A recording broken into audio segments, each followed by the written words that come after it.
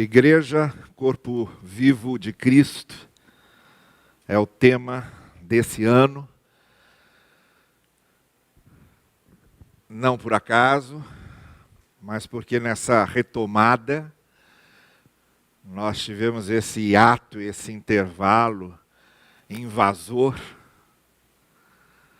que de certa forma desarticulou nosso ritmo de vida e também o nosso ritmo de comunhão, de atividades aqui na igreja. Então a gente está retomando uma série de coisas, mas ao redor de todas essas retomadas parciais que estão acontecendo, uma coisa nós devemos retomar com muita ênfase, com muita contundência, que a nossa compreensão de igreja, como corpo de Cristo, nós como esse corpo. E por isso que o tema da igreja esse ano é esse, por isso que desde o início do ano nós estamos em várias mensagens de maneira diferente, fazendo referências a esse tema.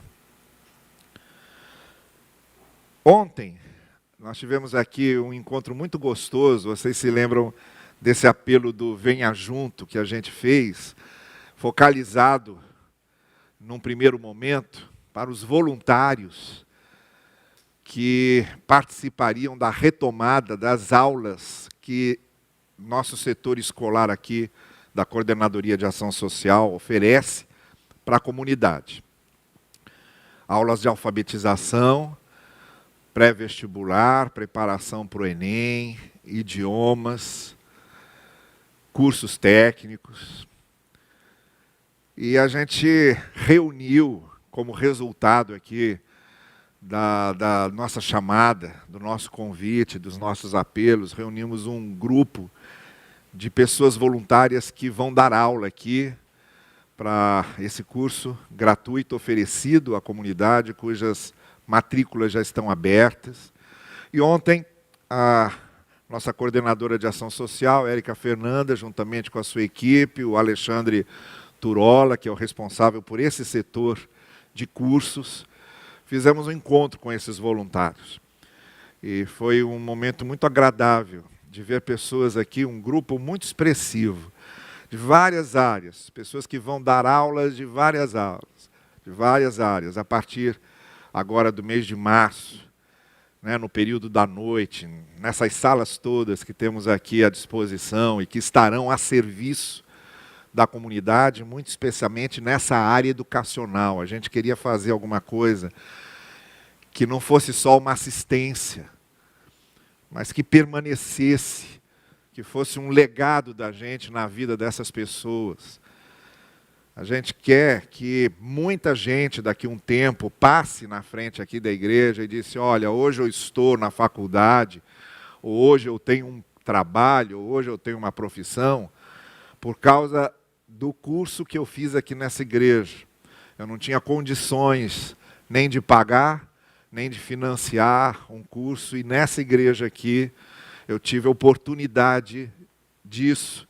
Então a gente, mais do que essa ajuda de cestas básicas que nós oferecemos, do que essa assistência mais emergencial, a gente queria dar esse legado para a nossa comunidade, muito especialmente para esses jovens e adolescentes que estão em formação. Então foi muito comovente ontem, foi muito comovente mesmo, ver ali aquele grupo animado, disposto, pronto a dar de si para que isso acontecesse. E o Venha Junto continua. Eu disse para vocês que a ideia do Venha Junto, que é esse convite para a gente, nessa retomada, nos reacostumarmos a trabalhar juntos, a somar esforços, a ficarmos ombro a ombro, de mãos dadas, cooperando com aquilo que temos, nossos dons, nossos talentos. O Venha Junto continua. E agora nós vamos começar a focalizar uma outra coisa do Venha Junto, que é a retomada dos nossos grupos de comunhão, que era outra coisa que também estava em franca expansão aqui na igreja. Grupos de comunhão são pessoas que moram próximas, no mesmo bairro, numa mesma localidade, e se reúnem uma vez por semana na casa de uma dessas pessoas, e ali elas oram juntas, elas leem a Bíblia, elas compartilham. E tem dois objetivos básicos nisso, que é a gente não ficar preso ao domingo, como se o domingo fosse o único dia de mantermos nossa comunhão. A gente sabe que durante a semana as pessoas têm uma dificuldade enorme de se locomoverem. Então a pessoa vir do seu trabalho aqui para a igreja num dia de semana é bastante trabalhoso, mas facilita bastante se ela estiver indo para casa. E se ela souber que ali perto da sua casa tem um grupo de comunhão funcionando com pessoas que são aqui da nossa igreja, que moram próximas e estão ali compartilhando a palavra de Deus, orando juntas, estreitando suas relações no espírito ali. Então, como eu disse, estávamos desenvolvendo isso, quando a pandemia chegou, foi outra ruptura que aconteceu, mas nós vamos retomar. Então, o pastor André está organizando o curso de preparação para os líderes de pequenos grupos ou dos grupos de comunhão, que são aquelas pessoas que vão conduzir essas reuniões, que vão administrar essas reuniões. Nós vamos chamar algumas pessoas inicialmente, selecionar essas pessoas que têm, pela nossa observação, condições de fazer isso, de conduzir um grupo, de conduzir um estudo. E aí a gente vai começar a anunciar que grupos, em que bairros eles estarão acontecendo, para que você, onde mora, naquela localidade em que você mora, uma vez por semana, num dia da semana ali, vocês se encontrem para esse momento de comunhão. Então, esse Venha Junto agora, esse segundo desdobramento do Venha Junto, é importante nessa formação da nossa base espiritual e da nossa comunhão.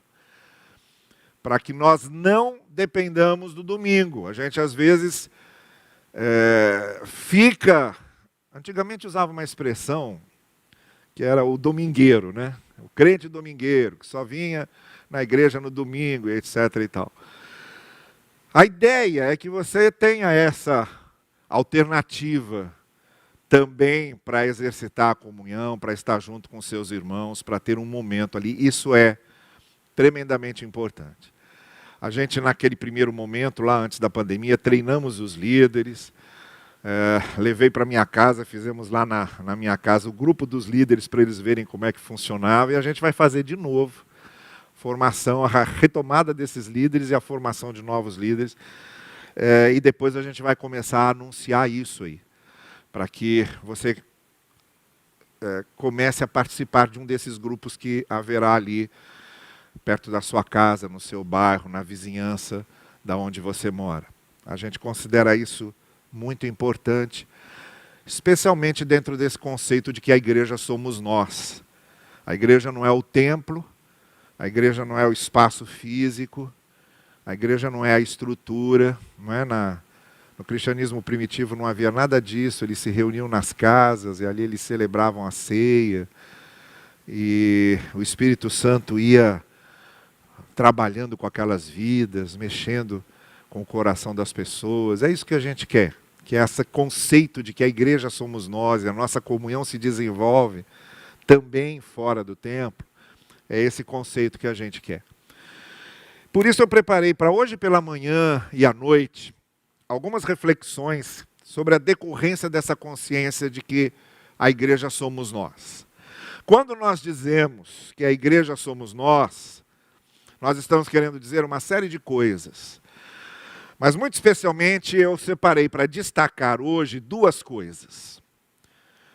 A igreja somos nós significa que nós nos identificamos uns com os outros, que é o que vamos falar hoje pela manhã.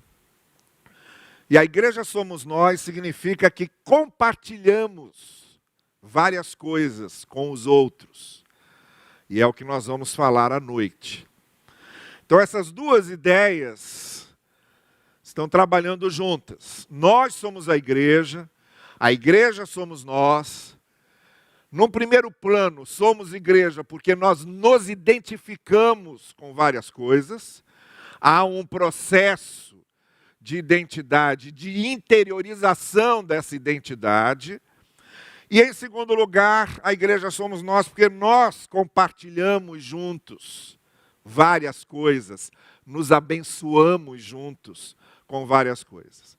Então, nesses dois caminhos, tanto agora pela manhã quanto à noite, o que nós queremos é justamente isso, mostrar de que maneira mais prática esse conceito de que nós somos igreja, de que maneira isso funciona em nós, de modo mais direto.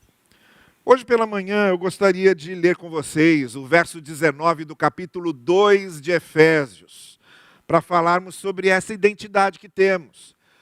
Nós somos igreja porque nós temos uma identidade que se desdobra em algumas coisas, mas que faz com que eu olhe ali para Carla, sabe? Eu olho ali para Solange, eu olho ali para o Azir, eu olho ali para Marli, eu olho ali para o Alberto,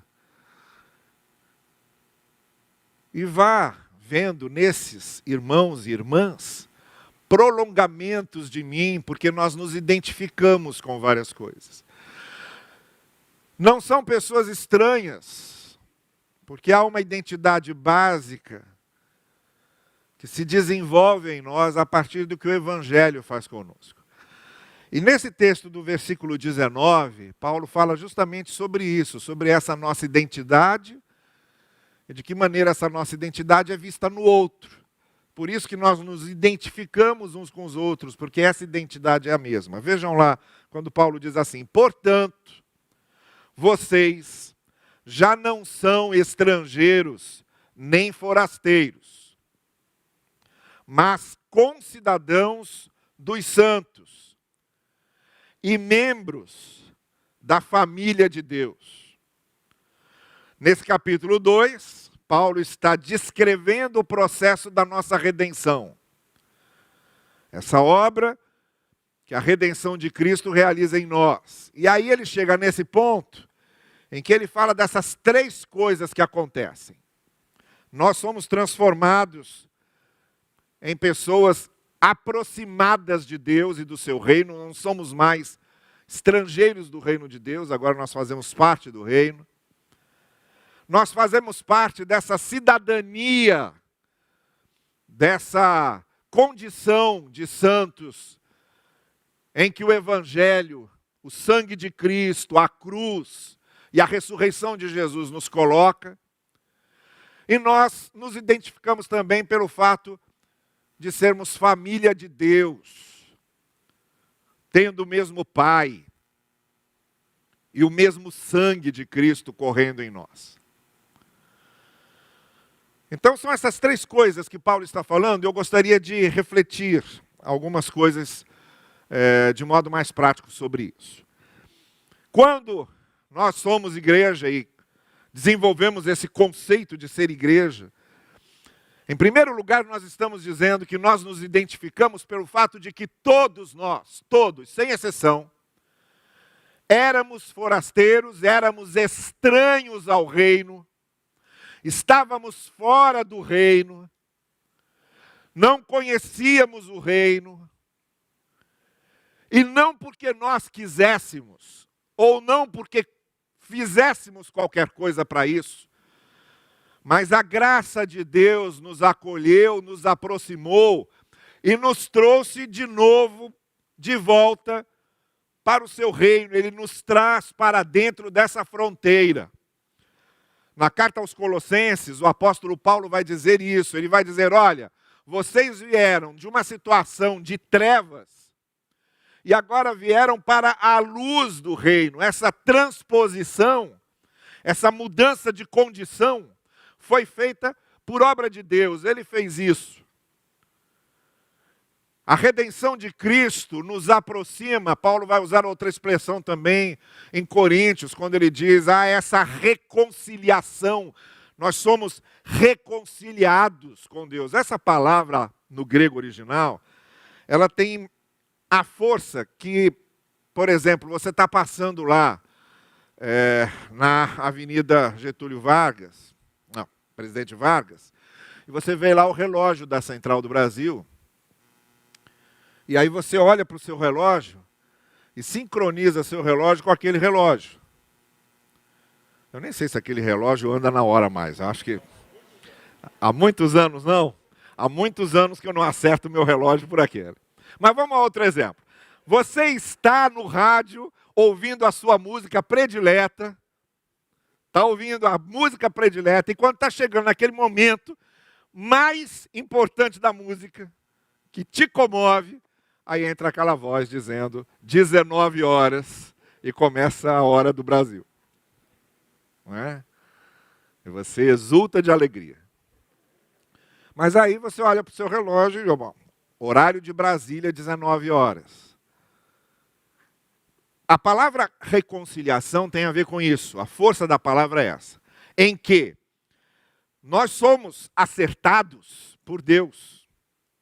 Como você reconcilia a hora certa do seu relógio com aquela hora oficial, Deus nos reconcilia com Ele. É esse o efeito da palavra. A gente, como diz Isaías, andávamos desviados como ovelhas, e aí o Senhor coloca no rumo. Ele acerta, ele ajusta de acordo com a hora dele. É nisso que Paulo está falando quando diz, olha, antes vocês eram estrangeiros. Vocês não entravam aqui. Agora vocês pertencem ao reino. Quem vai trabalhar também muito bem com essa ideia, o apóstolo Paulo, quando escreve aos Filipenses. Filipos era uma cidade que havia se tornado colônia romana. E todo mundo que nascia em Filipos, porque Filipos era uma cidade romana, tinha o direito de ser cidadão romano. Ora, ser cidadão romano, numa época em que o Império Romano controlava toda a civilização, significava ter direitos que uma pessoa que não era cidadão romano não tinha. Valia por um green card hoje. Agora, Paulo escreve para os filipenses dizendo, olha, eu sei que vocês valorizam muito o fato de vocês serem cidadãos romanos, mas lembrem-se que vocês também são cidadãos do reino. Vocês são cidadãos dos céus. Andem, vivam, comportem-se como cidadãos do reino, não só como cidadãos de Roma. Essa cidadania do reino nos é dada por Cristo, pela redenção que Cristo operou em nós. E é a mesma coisa, imagina que você estivesse então longe, na Mongólia. Você está na Mongólia. Eu lembro muito de uma conversa que eu tive com o pastor João Soares, e ele compartilhando o tempo que ele foi missionário no Iraque. E ele dizendo, olha, a gente fica com esse negócio aí de que protestante não usa cruz, não usa crucifixo pingente com cruz, coisas do tipo. Rapaz, você não sabe a felicidade que dá a você quando você vê uma cruz de uma igreja ortodoxa, quando você vê uma cruz de uma igreja católica no Iraque, onde isso praticamente não existe. E como você se identifica com aquilo. Eu assisti missa com a maior alegria, porque você não encontrava simplesmente expressão de cristianismo praticamente nenhum no Iraque. Então é mais ou menos essa expressão que você está na Mongólia e se encontra com um brasileiro.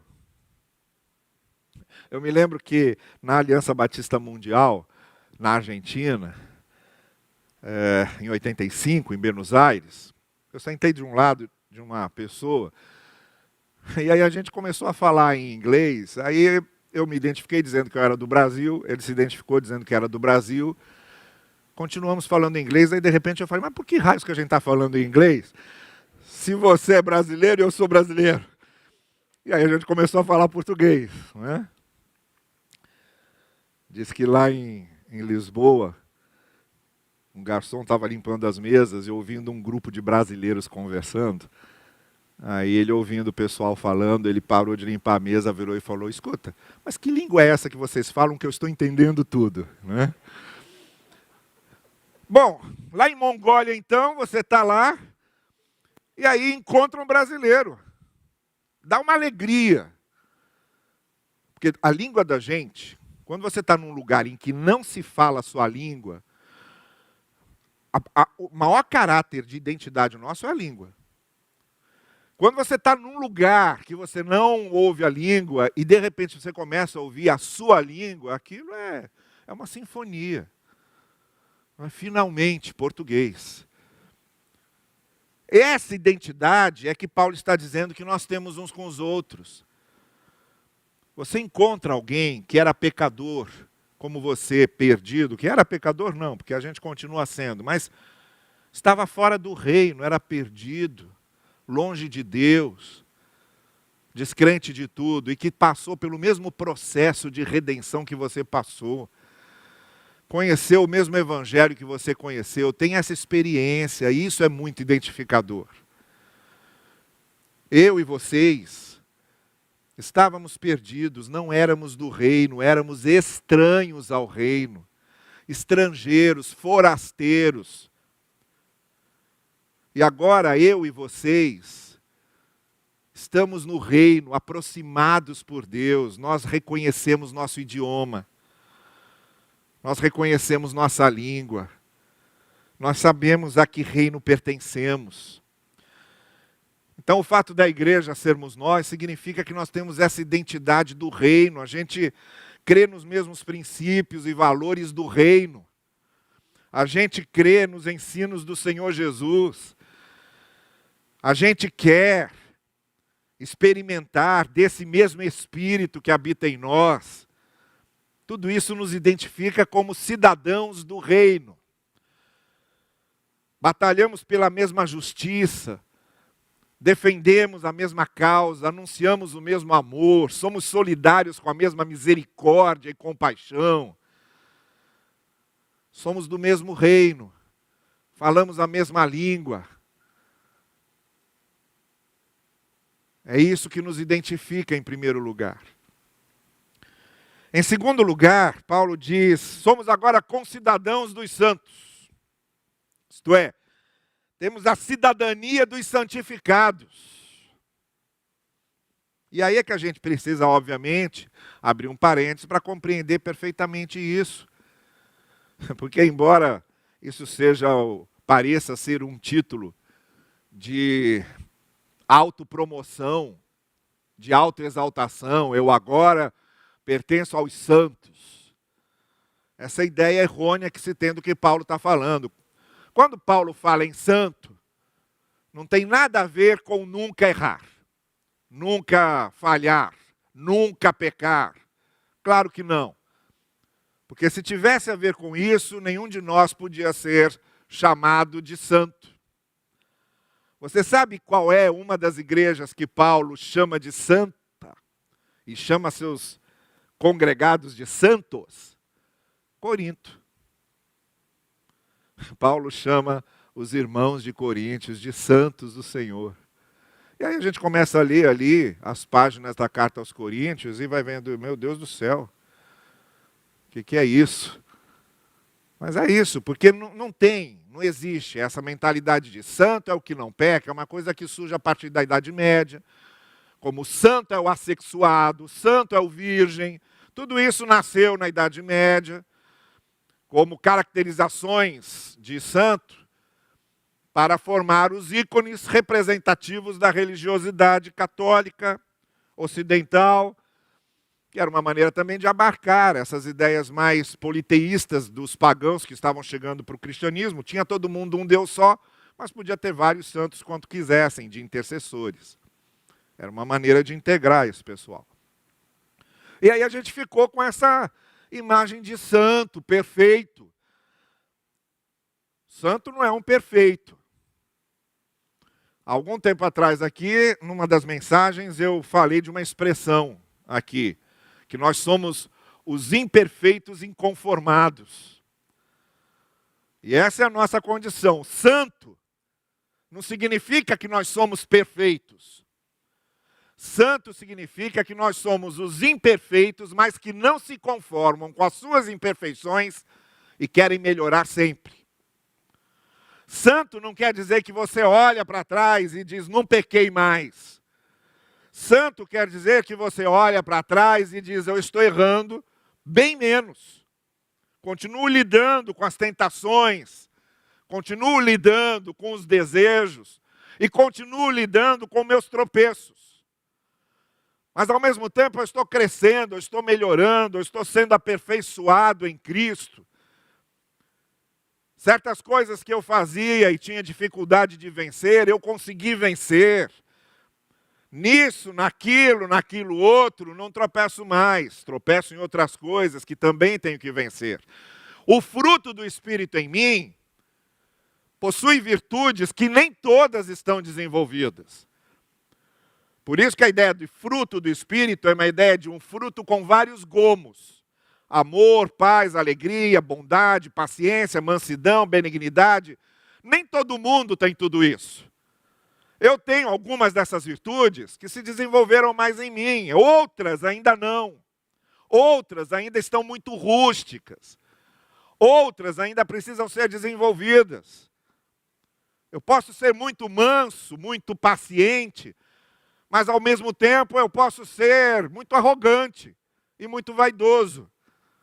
E lido com essa gama de gomos desses frutos, desse fruto do Espírito em mim, e a coisa está se desenvolvendo. Eu jamais, nem você também, porque o que me conforta é que você também não vai conseguir isso, nós jamais conseguiremos ter todas as virtudes completamente desenvolvidas em nós.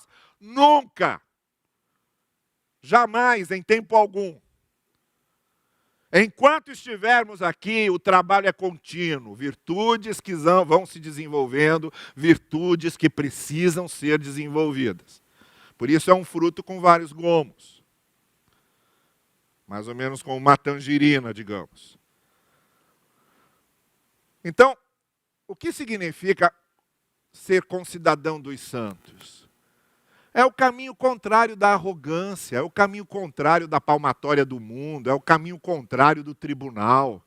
É o caminho em que eu sei que eu tenho minhas falhas, tenho meus tropeços, e estou sendo aperfeiçoado em Cristo, e sei que você também tem as suas falhas, os seus tropeços, e está sendo aperfeiçoado em Cristo.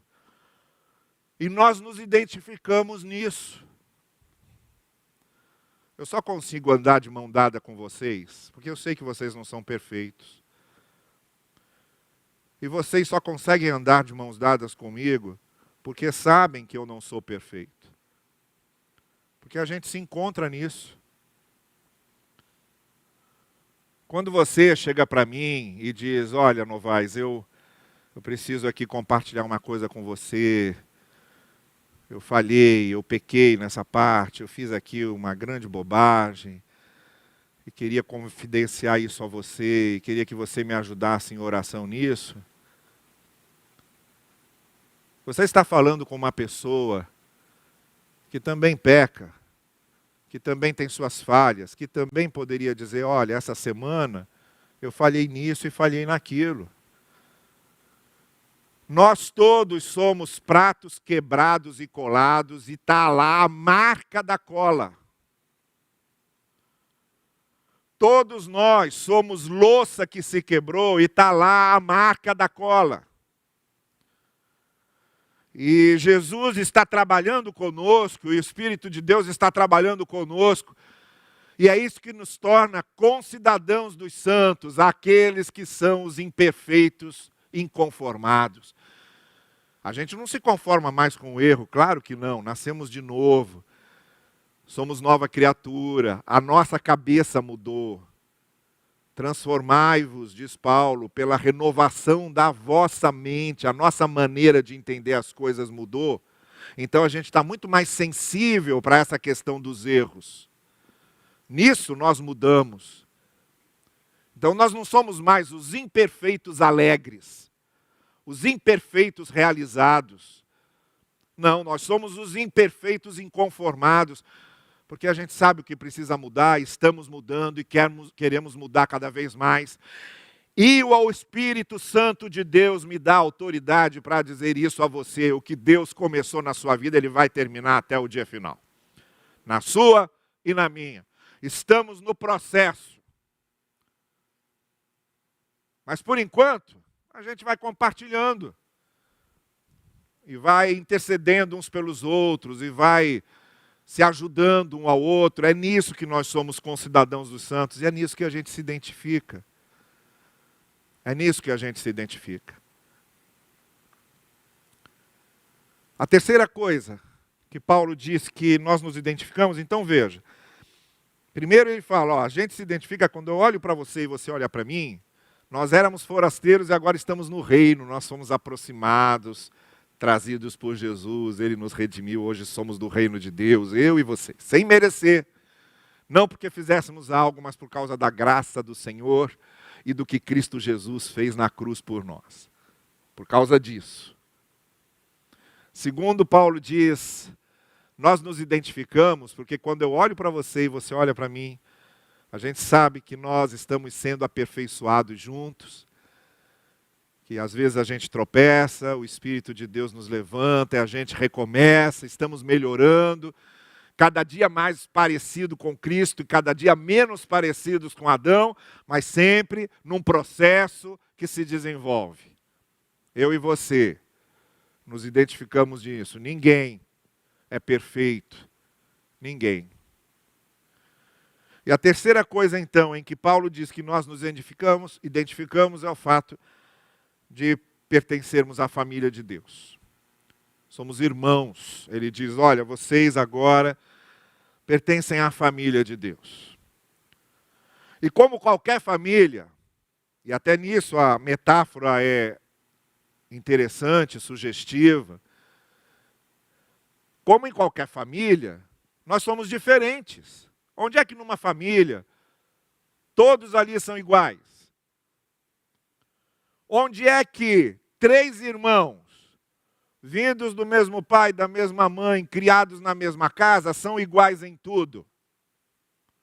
Onde é que o ambos, uma só carne, faz com que a esposa se transforme completamente em alguém igual ao marido?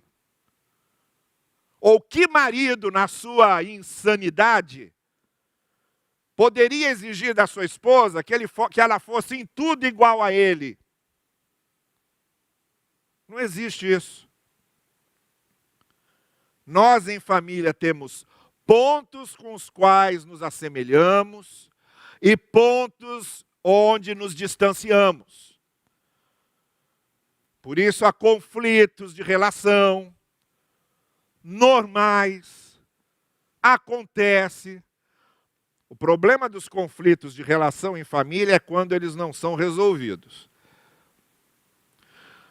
Uma coisa que me apavorava muito quando as meninas eram pequenas é que eu ouvia essas histórias de irmãos que brigavam e nunca mais se falavam.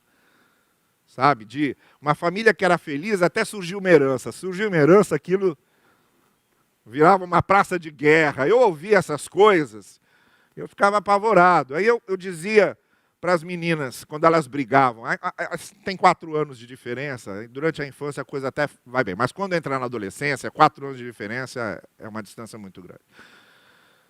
Então aí começou a Terceira Guerra Mundial, dentro da minha casa, quando elas entraram na adolescência. Mas aí eu dizia para elas, olha, vocês podem brigar à vontade. Não tem problema nenhum. Podem discutir, podem entrar em desacordo, podem brigar à vontade. Uma coisa vocês não podem fazer, é não resolver isso. Aqui, ninguém fica irado contra o outro todos os dias. Aqui, ninguém fica sem falar. Aqui, ninguém fica fingindo que o outro não existe. Vocês resolvam. Se precisar que eu intervenha, eu intervenho. Se precisar me dizer para que eu diga, olha, você está errada nisso, você está certa nisso, não tem problema. Papai sabe tudo, é só procurar. Agora resolvam, sempre, sempre. Então hoje eu vejo as duas muito amigas, muito próximas. Eu vi a maneira como a Luísa ficou quando Laura foi embora, o vazio que Laura trouxe para a vida dela quando saiu de casa, e a maneira como elas hoje se dão. Eu digo, que coisa importante é isso. Mas não significa que sejam iguais, e não significa que não haja conflitos, não significa que não haja momentos difíceis na relação. E na igreja, nós como igreja, é a mesma coisa. Nós como igreja somos a mesma coisa, somos diferentes. Há momentos de conflito, há momentos em que nos desentendemos, em que não concordamos um com o outro. Mas precisa ser sempre resolvido. E diante da graça do Senhor, do amor do Senhor, a gente resolve. Você, quando entra em conflito com o irmão em Cristo, você, quando rompe sua relação com o irmão em Cristo por algum motivo, não pode ficar carregando mágoa, ressentimento, tem que resolver. Tanto tem que resolver que Jesus Cristo disse lá para os seus discípulos: se alguém levanta para trazer a sua oferta e descobre que ainda tem no coração mágoa, ressentimento contra um irmão, vai lá resolver primeiro e depois traz a sua oferta. Por quê? Porque culto ao Senhor não faz sentido com o coração cheio de ressentimentos contra os irmãos em Cristo, contra as irmãs em Cristo. Então vale a mesma regra que a gente usa em família. Não tem problema a gente se desentender. A gente se desentende, entra até em certos conflitos, mas precisa ser resolvido. O anormal no corpo de Cristo não é a gente se desentender e ter rupturas. O anormal é não ser resolvido, é aquele desentendimento, é aquela ruptura se transformar num grande rancor, numa grande mágoa que vai carregando por semanas, por meses, por anos. Isso é o anormal. Então a gente resolve. Por isso Paulo está dizendo, olha, vocês pertencem à mesma família. Isso significa o quê? Que todo mundo vai estar sempre nesse mar de rosas, é uma beleza, nunca vai ter. Não, significa que resolve.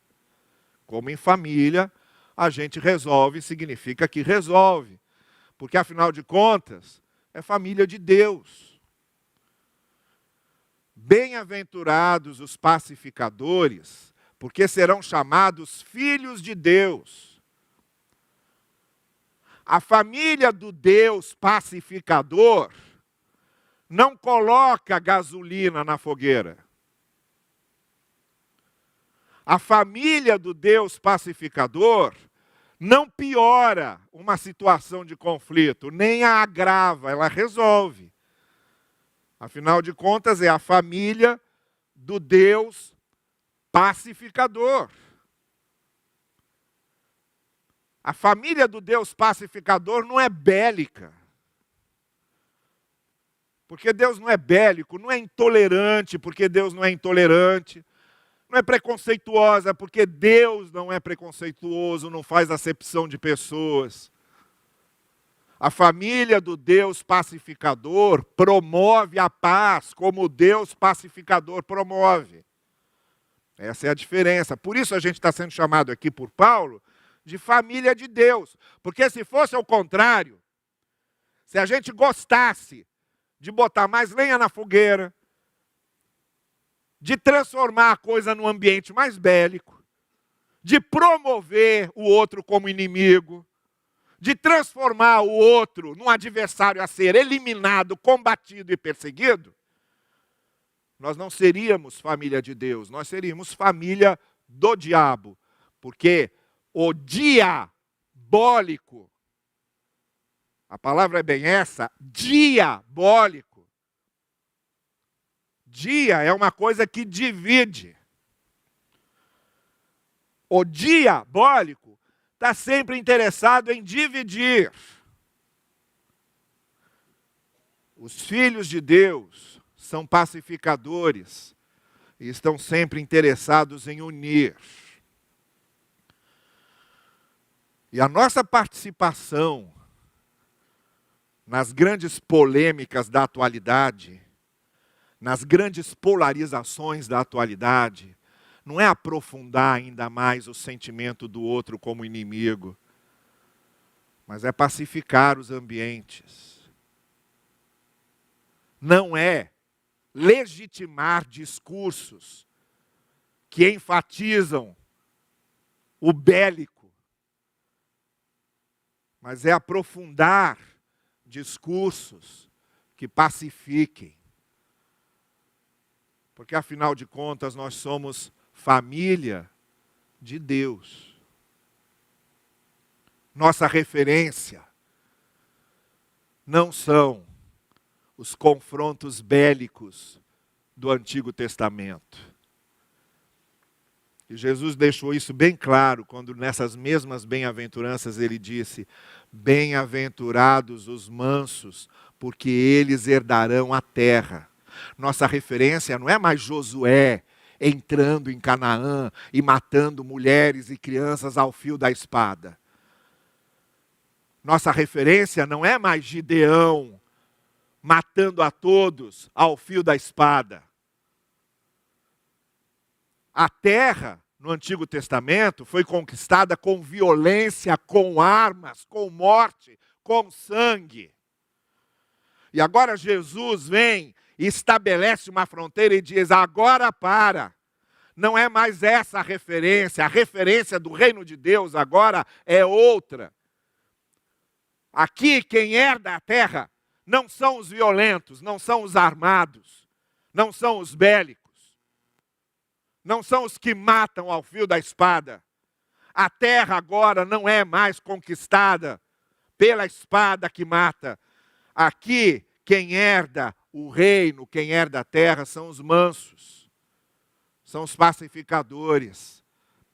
São os que promovem a paz. Esses herdam a terra, disse Jesus. E esses somos nós. Família de Deus.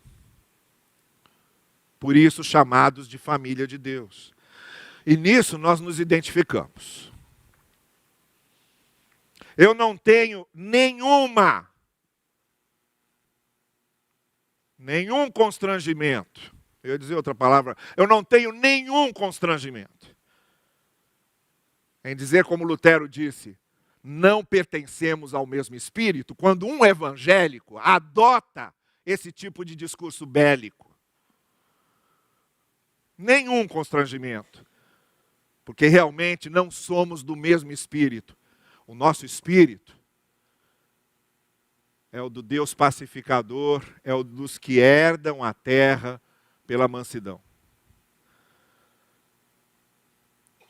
Com esses não me identifico, esses não fazem parte do mesmo espírito, ainda que levem nome de evangélico. Ainda que falem em nome de Deus, porque em nome de Deus, na história, foram feitas as mais terríveis atrocidades. As mais terríveis atrocidades, normalmente, são feitas em nome de Deus. Com esses, não me identifico. Porque evangélico, para mim, participa do espírito do evangelho. E o espírito do evangelho é o espírito do Deus pacificador, porque nós somos família de Deus. E é aqui que nós nos identificamos. Então, só para encerrar, nós somos corpo de Cristo. Sim, somos igreja. Por que nos identificamos? A ideia de nós termos os nossos grupos de comunhão, como eu disse no início, eu ia refletir a partir desse desafio de retomarmos esse espírito da comunhão dos grupos, é essa. Porque ali somos corpo de Cristo, fora do templo, na nossa casa, no nosso local de trabalho ali, reunido com pessoas.